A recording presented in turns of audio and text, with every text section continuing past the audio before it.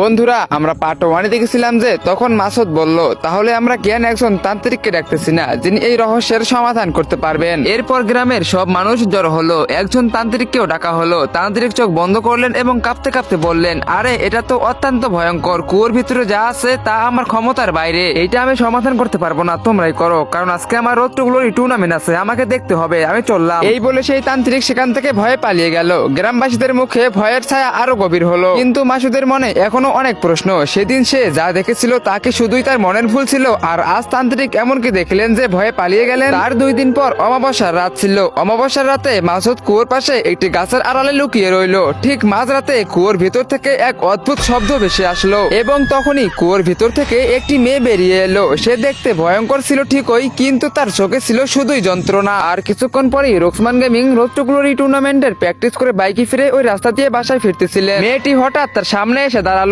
রোকসমান gaming গাড়ি break করলো এবং মুহূর্তের মধ্যেই মেয়েটি তাকে গায়েব করে দিল। মাসুদ এসব দেখে স্তম্ভিত হয়ে গেল। তার মাথায় এখন শুধু একটাই প্রশ্ন ঘুরতেছে, কে এই মেয়ে আর কেনই বা শুধু ছেলেদের শিকার বানাচ্ছে, মেয়েদের নয়। তো বন্ধুরা এরপর কি হয়েছে তোমরা কি জানতে চাও? আসলে ওই কুয়োর ভিতরে মেয়েটি কে আর কেনই বা শুধু ছেলেদেরকে শিকার বানাচ্ছে? তাহলে ফলো করে ভিডিওতে লাইক করো এবং কমেন্ট বক্সে কমেন্ট করো। পার্ট 3।